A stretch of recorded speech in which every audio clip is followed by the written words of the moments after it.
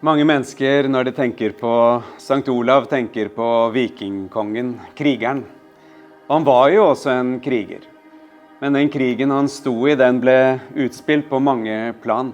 Og hvis vi tenker oss litt om, så står vi jo alle i ulike kamper, om ikke kriger. Det har jeg også gjort. Jeg tror den lengste og tøffeste krigen jeg har stått i så langt, var krigen som begynte den dagen jeg fikk lov til å begynne som prestestudent i Oslo katolske bispedømme. Jeg hadde trodd, siden jeg var 10-12 år, at jeg skulle bli prest. Av og til tenkte jeg positivt rundt det, og andre ganger var jeg litt redd. Men når jeg nå plutselig fikk lov, så meldte usikkerheten seg. Jeg stilte meg selv spørsmål, hvordan i all verden kunne jeg bli en god prest? Jeg kjente så mange fantastiske prester som jeg så opp til, men jeg visste jo at jeg kunne jo aldri måle meg med dem. Og den usikkerheten grep virkelig tak i meg. Før jeg flyttet til seminar i London, så bodde jeg i Tromsø.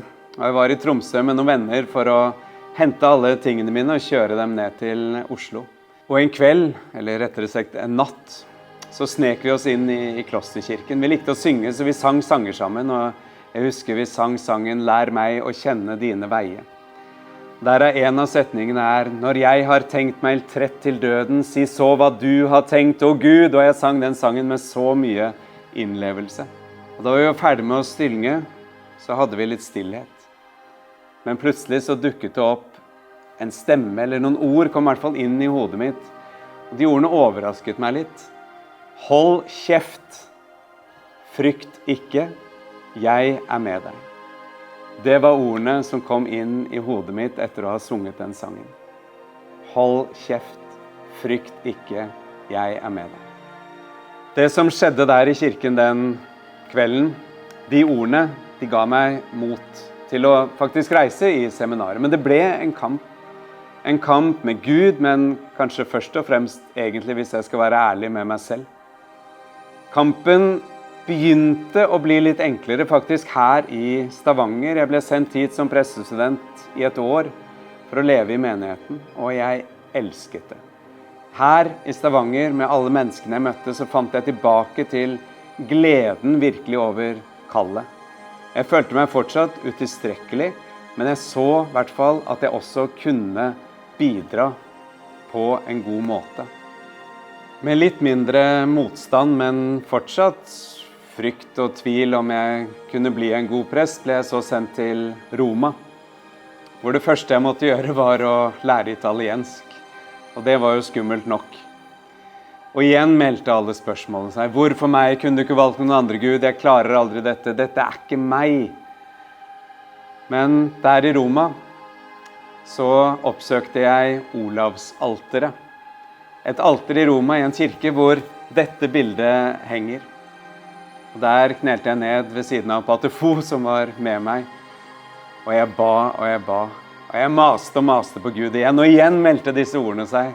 Hold kjeft, frykt ikke, jeg med deg. Men det var også der, etter å ha hørt de ordene, at jeg begynte å forstå hvordan dette faktisk kunne gå bra. Jeg så på bildet og tenkte at jeg har hatt mange planer. Det hadde han også.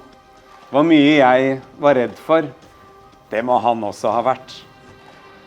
Men så gikk det også opp for meg at det må ha vært på Stiklestad, da han sto i sitt livs siste kamp, at han virkelig la hele sitt liv, hele sin kongegjerning, alt det han var, og evangeliets sak i Guds hender. Han slapp litt taket. Det Guds verk, ikke hans. Det måtte jeg også gjøre. Og det var da også der jeg forstod at kanskje Gud også da kan bruke meg. Han var ikke perfekt. Jeg vet jeg ikke perfekt. Han trengte Guds hjelp. Jeg trengte Guds hjelp. Trenger Guds hjelp. Men det jeg også forstod var at vi har tilgang til de samme nådemidlene. Olav gikk i messen daglig. Jeg gikk i messen daglig. Olav ba sine tidebønner. Jeg ba mine tidebønner. Olav gikk og skriftet, jeg gikk og skriftet. Vi har tilgang på de samme nådemidlene. Ved Guds hjelp kan vi utrette store ting, selv om vi føler oss mislykkede, selv om vi føler oss svake, selv om vi tenker at Gud kan da ikke bruke meg. Olav beviset på at Gud kan bruke alle. Så la oss be om hans forbønn. La oss be om at han hjelper oss til å forstå at Gud også kan bruke hver og en av oss i Guds rikets vekst i verden.